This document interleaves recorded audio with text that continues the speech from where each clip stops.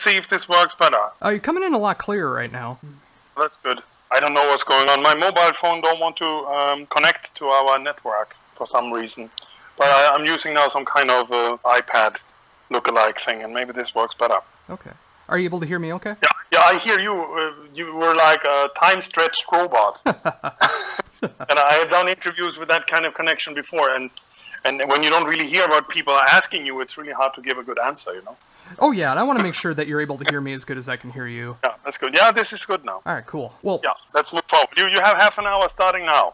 Sounds great. I will do my best to make 8 hours worth of questions down in the 30 minutes, but thank you for taking the time to do this interview. As one of my all-time biggest heroes, it is a tremendous honor to be able to speak with you about the brand new Witherscape album, The Northern Sanctuary, coming out July 22nd through Century Media Records. So that's very... how would you be able to describe being in Witherscape after this many years now? Well, I would say that it's kind of funny that you know that this project was never really intended to be something that became this big, because I have done so many projects throughout the years that kind of faded into obscurity after a while, because you didn't really have the network that a label like Century Media kind of have, you know. And it's really a great vibe also to kind of come back into the songwriting stuff and then have such a success that we had with the first record, and then just kind of be able to top that one. It's always a good feeling, and to not only think so, you know, yourself, then actually other people agree with you. And yeah, it was. I'm a little bit surprised in some ways that because it's really a project that's only kind of alive when there's something to do. You know, we live in separate countries, so it's not really that we hang out and trade riffs, you know, on Wednesdays, you know. So it's, but I'm used to that kind of way of working, since the last years, also with Nightingale. So yeah, I'm psyched. It's great to have a new product out soon. Oh yes, and I've been very fortunate to be able to receive an advanced copy of the brand new Witherscape, and I can easily say without question, unless something drastic happens, it is my absolute favorite album of the year. Oh, that's good to hear. Thank you. And I also gotta say, without question, every time I hear it, the song The Examiner, I get a little choked up when I hear you go into the chorus. It, like, really pulls on my chest, being able to hear what you're doing vocally, and of course with the instruments and everything going on there. I just feel so much emotion going into the Northern Sanctuary. Was that a conscious... Oh, go ahead. Excuse me? No, it's okay. Oh, I was just gonna say, was a conscious effort to add that much emotion into the album this time? I would say any musician who sit back and think, I don't think I will put emotion into my music this time, he should be shot on sight, you know? For me, music is emotion, and that's really extremely important, that what I do feel, which is a little bit nerve-wracking sometimes, is that you have to exaggerate the emotion you want to come out of the speakers. It used to be that I felt something when I was singing or playing or whatever, but just like they say that actors on a theater stage must make bigger movements, bigger hand movements or whatever. You cannot just like show a little hand gesture. You have to do it big so the whole crowd can see you. And I felt that after a while also when you are recording. You're belting out from, you know, you give everything you think you have, and then you listen back to that note, and it sounds like you're watching TV and singing, you know? And it's like, how do I translate this, what I feel, so that comes out of my voice and then again out of the speakers? And you learn that after a while, that you have to kind of overdo stuff, because somehow shit get lost anyway. And when the music is really bombastic and epic and you have this landscape kind of production, you know, you need to be on top of that. You need to be bigger and bolder than that kind of fat snare drum or that epic kick drum or whatever. I used to be like, you know, I come from a drummer background, and me singing, I was not this natural born singer. I was only singing because no one else wanted to do it, and I was the best of the ones left, you know? Mm-hmm. So I don't have that drama in me for so many years. And when I listen back to some of the albums that I sang on in the early 90s and so, it's like so boring. There is nothing in there. So I've actually learned the hard way that I must make sure that when I listen back to what I'm singing, that I am like crying or get shivers or get scared or whatever, that I feel that emotion, not singing it, but listening to myself singing. That's when I know that I have a shot of maybe transferring that emotion to another human, because it doesn't mean that everybody like it just because I do. But when I feel that I really like it, and I don't really know, I just feel this overwhelming sensation that, and I really like my own stuff, then I think that's the best I can do. And it seems that when I hit that spot, also a lot of other people seem to connect with it, But it's a lot of hard work getting to that point. So of course, emotion is key for making a great record that also translates, In speaking of that, you mentioned that you don't hear as much emotion when you first started singing in the early 90s. Was there a particular song or a time period where you felt that you really were starting to hit that emotion vocally? Yeah, there was actually one specific moment that kind of took everyone by surprise, and I still remember it vividly. It was, I always had the fear of listening back to my vocal recordings, also with other people in the room and all this, because I was really not on key, and the more I kind of tried to get a little bit more of a vibe or raise my volume of the voice, it seemed that I'd get even more out of key. And those were in the old analog days. You could not auto-tune. You could not even edit. You have to sing it again and again. You cannot even punch shit in and out properly, So you had to nail that take, at least one line at a time. And then there was this part of a Unicorn song called Hiding Again from the second album, Emotional Wasteland, where there was this really epic part where I was supposed to be kind of giving it that extra emotion, like what Unicorn like to call an ecstasy part, And just before I was about to sing it, this guy came down to the studio who was always a bit of a skeptic towards Unicorn. He always said that, you are doing that progressive thing, that's kind of a shortcut to whatever, to recognition. And we say, how can playing progressive rock in this time be a shortcut? Hello, you could play techno or whatever, but he was always this, and that he entered actually the studio at that same moment that I had to sing. I just kind of went into some kind of overdrive that I don't really know. I had never belted anything out so much. And after I did that part in like one take, everyone just looked at me and I said, oh shit, I overdid it. And no, that was the best you ever sing. How'd you do that? And that's the part that went on the album. And it's still one of those parts that everyone thinks, that part of Hiding Again, that's like the best, And I do remember, and I felt that I was just kind of getting in the moment and carried away, no thoughts about being out of time, out of tune, nothing. And also have that other person entering the room that had nothing there to do.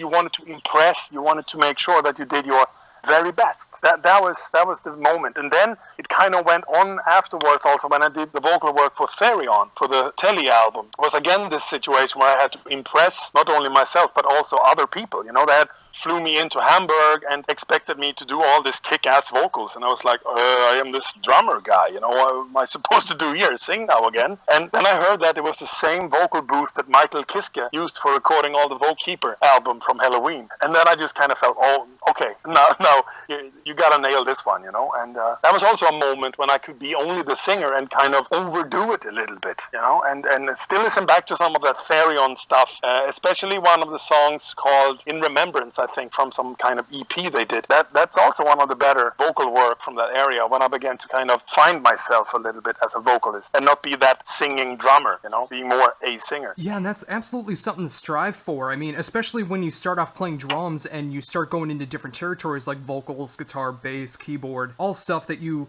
are able to do phenomenally well, especially now in 2016. It's amazing to hear that transition of just being able to just strive all the way from the Unicorn days and being able to translate it into a much different territory with Witherscape here in 2016. Yeah, I mean, it's kind of a personal evolution. You always strive to outdo yourself. And yeah, there's also much more, it seems like the more technical tools I have to correct myself, the less I have to do it. Because I know that there's kind of a safety net. And somehow out of that kind of, I don't know, it's just this, I know there's all this auto-tune and Melodyne and all these things you can do also with your keyboard, but just knowing that it's there. I give everything I have in every take because there's still no to add emotion, and that's the one thing you cannot really fake. You cannot add conviction to a vocal line like you can perfect the timing or the tuning, but conviction or knowing that, the drama in it. So funny enough, I don't really have to use that kind of tools anymore at all, just because I know they are there. Kind of relax and nail the stuff anyway. Exactly, and I gotta use the Examiner as another great example of that. If you only relied on the auto-tune and making everything pitch perfect and everything, the chorus, especially the last chorus, would not have that same emotion and drama to me if you didn't put that effort behind it. And I'm so glad to hear that you are still keeping that in mind, and I would expect no one would have any less coming from you as well. Thank you. With the writing of the Witherscape album, you mentioned that you did not think that it was really going to go on past The Inherited. So how did you want to translate Witherscape into 2016? How did you want to progress the band? Well, I just felt, that everything I did for this contract here with Century Media was more like, let's do that one, and then I will do another thing here, and then we do a Nightingale record, and then we see what happens. I was attracted to this idea to just invent various projects and release them all with a good label backing, but Witherscape took off a little bit more than I thought. One of the first reviews that came in was that we were getting 9.5 out of 10 in Rock Hard Germany, which is like very much. I know that you gave us a really good review also. Oh yes, I gave it an 11 out of 10. I would if I could give it an 11 out of 10, I would, but I know that's not mathematically possible. And we thank you for that. It's always a pleasure. But Rock Hard is normally really like 8.5, 9, but 9.5 out of 10. And then number one of all the record came out in July that year. And we were like, that was kind of cool. And because of that, we had also a big spread in the magazine from any winner, Mm-hmm. And from there on, I felt, maybe we have to go on with this project, And because I had so much other things planned, we kind of came up with this emergency solution to do the EP, which is one new track to say, hey, we are still alive because we're not touring or anything, And then I did a bunch of cover versions and stuff. And I was supposed to wait even longer to release this album. It wasn't supposed to come out until at the end of this year. But then I kind of changed my mind and wanted it to come out around the end of last year. But then I got delayed with everything, and now it's coming out in July. So I just knew that when we revisit the Witherscape project, I just need to kill the first record. There is no other way. I cannot just do another album. I need to give it everything I have. And I felt that also during the Retribution album for Nightingale, that I just have to give it everything I've got. This is my chance. I'm on a good label with a good backing, a good budget, a good musicians around me. I have good equipment. I don't have to worry about doing it, like coming home from a full-time job as a plumber or whatever. I have the luxury of being a full-time mix and mastering engineer, and I can make my own schedule, So whenever I'm inspired, I use a couple of hours to write that song, and then I go on working with my mixes. And I just lived this life, and I was so happy at that time, and that everything just fell into place, And I didn't give in with any track until I felt that I have given it my 100%. And at the end, I couldn't be more happy with it. And I'm glad to hear that too, because again, it feels real to me. Like you mentioned before, there's so many tools out there to perfect everything out there, from replacing drum samples to pitch perfecting the vocals, but being able to add the real emotion behind every instrument, making the songwriting as tight as possible, and always trying to top the last creation that you made. That's always something to strive for, and I can definitely hear it this time around. Yeah, that's cool. It was not all for nothing then. Absolutely. You mentioned Retribution by Nightingale. Was that written around the time that you were working on Witherscape, or do you work on one project individually, or how does that work out?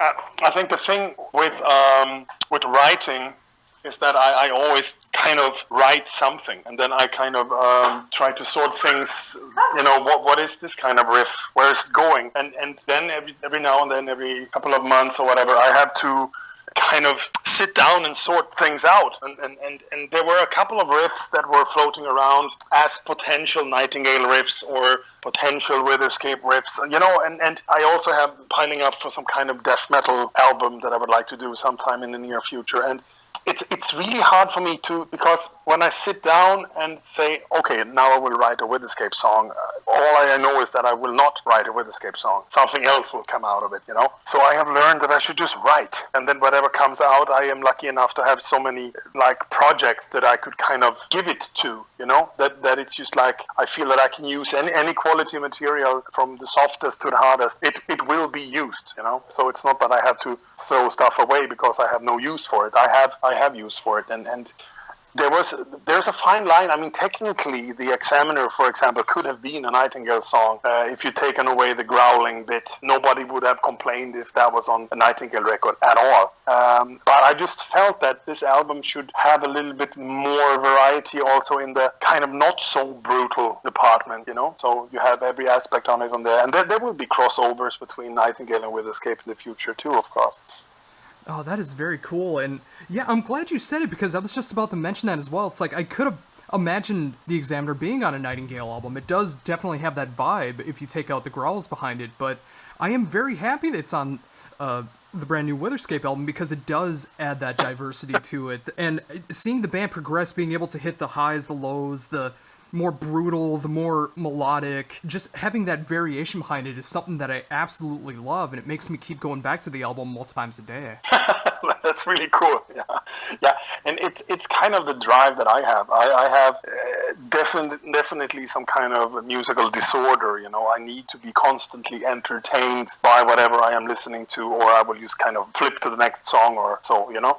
So for me, it's also important that I am entertained by my own music, and there's always a lot of shortening and cutting stuff out, and just try to keep it focused. And I think it's just one of those things where you are writing for yourself, and you are lucky enough to be in a band where you can really write a song which is really for you, not just like when I were to write some kind of, I don't know, other style of music that I don't really listen to. You would always have to ask yourself, is this a good version now of this style of music? Because you get no real connection to it, you know? But for me, it's only this: I am either crying, or I am having goosebumps, or I am jumping up and down, headbanging, playing air drums, air guitar, air keyboards even, you know, then I know it's good. Because you have that connection to your own music, and I think that's very important. And I think some bands and songwriters, that they may have moved away a little bit from the music they're supposed to write with this connection, and they're only writing new versions of material from the past, but they don't really get it if it's as good as the old stuff, because they could never get that emotional connection to their kind of music anymore, because, you know, maybe they invented this style when they were 21 and now they're like 48, you know. You move on also in what you like, but luckily enough, I am kind of stuck in this. I love every note on this album, really, you know? Yeah, as do I, and I still get that emotion after probably about 25, 30 times that I've heard it already. I still get the same emotions from it, the fear, the sadness, oddly uplifting moments as well. It's like I feel all of it throughout the album, and I can't imagine you ever not writing something like that, whether it's Nightingale or Witherscape or any project that you're a part of, like anything that you contribute to. I can always count on some kind of emotion just pulling on my heartstrings in some kind. Yeah, that's good to hear, because that's actually why I kind of went back to do it again. I just felt that's a nice thing to be able to do, you know, because I, for a while there, was not much music around that I could connect to in that way. It was an occasional song here and there, and I just kind of felt that I need that full 40 minutes of pure connection. And I realized that maybe, I know it might sound megalomaniac, but maybe the only way is for me to write it myself then, you know? So you mentioned a little bit ago that you have potential riffs for a full-on death metal project that might be in the works. Is there anything like that you can mention about that yet, or is that still in the initial state? I mean, that project have been around for a long time, and it's soon like 10 years since I kind of started thinking about it. And that was actually one of the first things where I discussed with Ragnar, you know, that he could be a part of maybe contributing to this, which would then be some kind of solo project for me. But it's always been like put aside a little bit for other more interesting projects. But there's a lot of good ideas floating around, and I hope that will be the next output from me on Century Media, but I have learned now from this, I don't want to say too much when it's coming out and this and that, because it doesn't always seem to be that way. Life can sometimes come in the way, but sure. My plan is to write an album which kind of takes me back to the way I saw things when I first fell in love with this whole genre. I will draw my inspiration from the music that I listened to and that I wrote from around the end of '88 until maybe around the mid '92. That before all the bands started becoming a little bit more, I don't know, progressive in some ways, but by adding too much elements from other genres.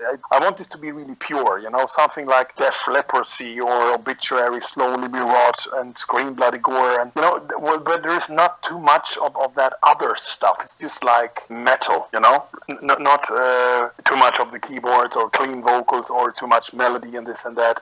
I mean, my riffs will always be melodic, but it will not be overly progressive rock melodic in that sense. I just want to make something that's raw and dark and brutal, like the first demo and the first EP from Pandemonium, first and bits of the second Edge of Sanity album, and revisit that kind of state of mind and that kind of darkness that I felt got lost on all the projects a little bit later on, when I kind of lost the interest in them. I also like the stuff that I wrote for the first Bloodbath album, stuff like Cry My Name and So You Die, and that I still think it's kind of good stuff, and stuff like Eaton, for example, may be an exception for something that I wrote a little bit later, but I like that, Yeah, and again, that's why I've always been drawn to what you do, whether it's the brutality of Bloodbath or the progressive melodicness of Nightingale. I always find something that you are a part of that I can feel that emotion behind, and even when you go into those early Bloodbath albums and you hear the songs that you wrote, you can definitely tell it has your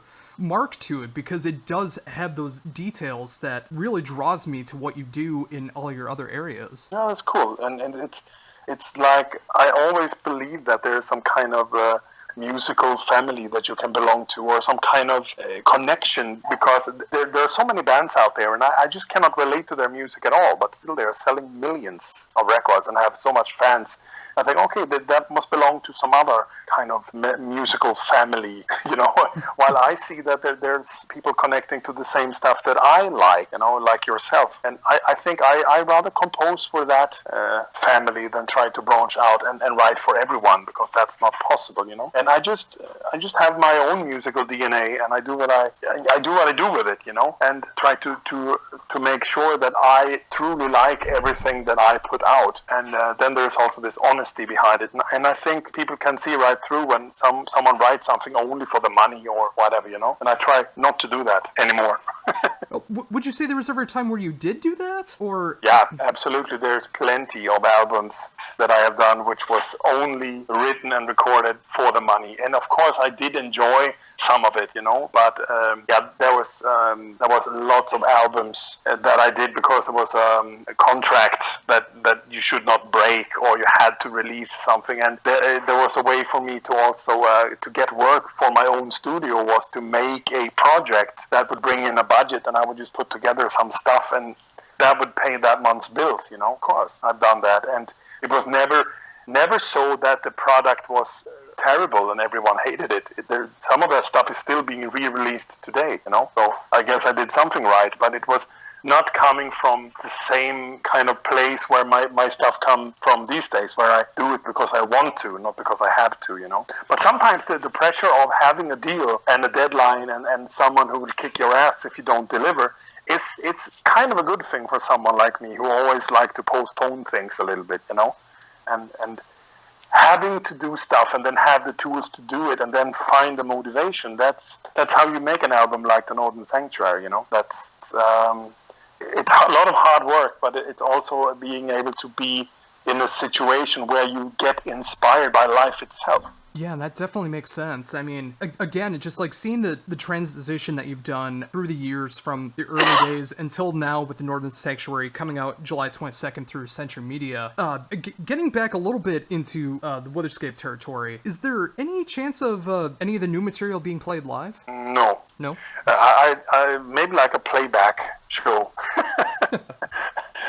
No, the truth is this, that I made a decision that before I even started writing this album was that there will never be a live show or even a rehearsal. So it doesn't mean, I wanted to have all these ideas. And when I felt that that riff that I wrote with that strange tuning, and that riff is in another strange tuning, and there's no way in hell you can play that even on a normal guitar. You need 4 guitars hanging around or some digital retuning device, and say, I don't care. I want to write the best possible album that I can possibly write, and don't have to think about recreating the songs ever again. Once they are recorded, they are final. Like painter doing a really big ass painting and not having to paint that again, but then in 45 minutes using crayons. You know what I mean? Mm-hmm. I wanted this to be the final version ever of each song, and that's it. Like a movie being made. You don't ask the guys to put then Star Wars into a theater show, it must be exactly like the movie, but do it here on Broadway, that doesn't work. So I say that's 100% studio, and that was one of the things that made me hyper creative.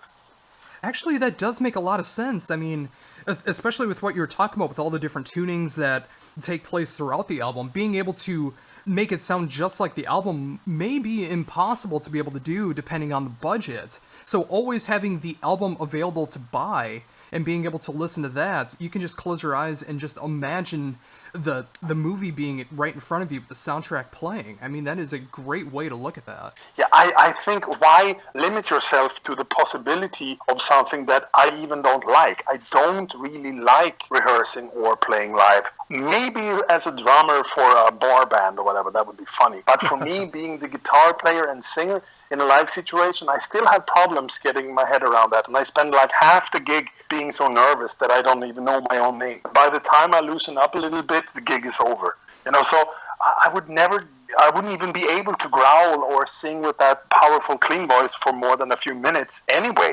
So I mean, it's like always adapting shit for a format that you will never use. Why do that? No. With Nightingale, I still have to write at least a few songs for every new record that I think, maybe we could play this one live. I had to think about everything. Can my brother play this riff? Because I play shit upside down. It's not so easy to play my stuff. Mm-hmm. And I have to kind of limit myself a little bit. And sometimes that's funny, and sometimes that's completely unacceptable, when you want to put together the best possible song. So for Witherscape, I wanted that strictly studio. And maybe for this death metal stuff that I'm putting together, I will limit this one to be played live without a problem. Maybe it doesn't mean that I want to play it live, but that's an interesting angle, that you don't get carried away with too many weird things, because that's also not really a part of what I want to do. I want to make a pretty straightforward, brutal death metal album, but I can easily stray into weirdness. Started adding pianos and cembalos and what the fuck, and I don't want that to happen. So I have to put restraints on myself a little bit. Oh, very much so. And I also should be putting a restraint on myself too. I just to limit this down to roughly about a half hour. But I probably have another day and a half worth of questions. I'd love to be able to talk with you. But thank you for taking the time to do this. Again, just a tremendous honor after being discovering your work back when I was in middle school, and being able to be inspired by everything that you're doing, from your drumming to your powerful vocals to the amazing songwriting that you've done. Thank you for all of the work that you've created so far and all the future endeavors. And thank you once again for taking the time to do this interview. Before we're done, is there anything else that you'd like to mention that I haven't brought up yet? Well, I always like to take this kind of chances, to thank people like yourself and everyone else who read this or hear this, and also thank them for being there, and sometimes not being a touring musician, you really don't know, I guess. There's so many people that you see that they're on the internet, on the Facebook and this and that, and people, you don't know that they exist, In the old times, you kind of knew who was into death metal because you were kind of reading about them in fanzines, or you were tape trading or writing letters. But now there's this explosion, and I think it's fantastic that there's so many people out there who really enjoy my stuff since the early 90s, and I never heard from them ever. It's like they do it there only without the need to get in touch and say that they do, and I think it's fantastic. So I want to thank them, and then I also like to raise a little bit of an awareness for this whole loudness war crap that's going on. And I know that I'm praying to deaf ears most of the time, but I do think that humanity have really pulled a really bad one with this shit. We have never had better technology to produce awesome sounding records, and then we invent some weird rule that we must destroy it a little bit before it gets released and sold, you know? I don't think people know how much better albums can actually sound for their money, which is a little bit strange, you know?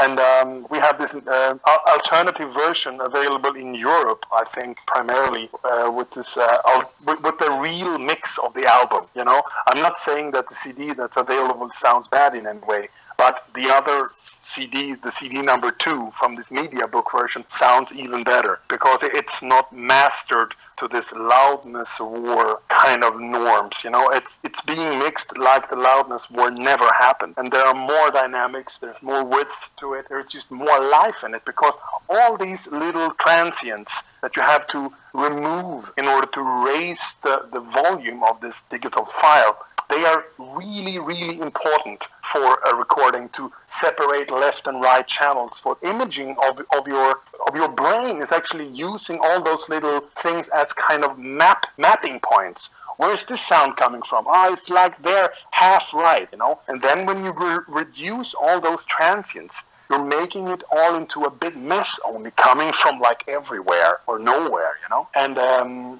I just want people to start thinking a little bit about that stuff, because if the mainstream don't react, the labels will never give in, with 20 years of albums just destroyed for future formats, because there are no good masters anymore, you know? And that's something that's very dear to me, because it's something I do every day, you know? Oh yes, and I absolutely agree with that too, because when it's all just about being as loud as possible, just on that point where everything starts to get distorted that's not meant to be distorted, you lose so much of the dynamics behind it, you can lose emotion behind it. It's not just about the volume. If you want it to be louder, you can just turn up the volume on your speakers. You don't need to raise the level of the master. Now that's the problem, but the actual problem is that people who don't know anything about this want the volume from all their songs on their iPod or in the car stereo USB stick mix to be on the same level. That's really where all this comes from. It's a normalization. Everything should be equal.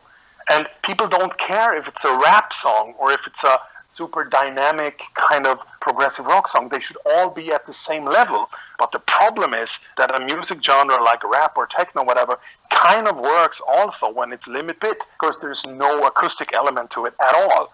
And then someone came up with the idea that we must raise the level of all other music to that level, rather than making the techno lower in volume to equal that of like Dark Side of the Moon. No, we have to make Dark Side of the Moon a lot louder to match the volume of techno. And people don't think it's like doing any damage to it, but it's doing a hell of a lot of damage. And when people could actually hear in real time, without any change of the overall volume, this damage you do to an album that's being sold for like $20, they would just like, why the fuck they do that? They make the sound worse, and then I have to pay for it. But people don't know it. They don't understand that it could sound better and be more pleasing to the ear, you know? They only want all the songs to be on the same fucking level. But these days you have this replay gain. You have all these tools now. But there was a time when an iPod was really stupid and didn't know how to calibrate the volume between tracks and stuff, you know? And it's like still all the time we must have it louder because they think loud is good, but it's not. Loud makes it sound worse, you know. And yeah, I could go on forever, but that's something very dear to my heart.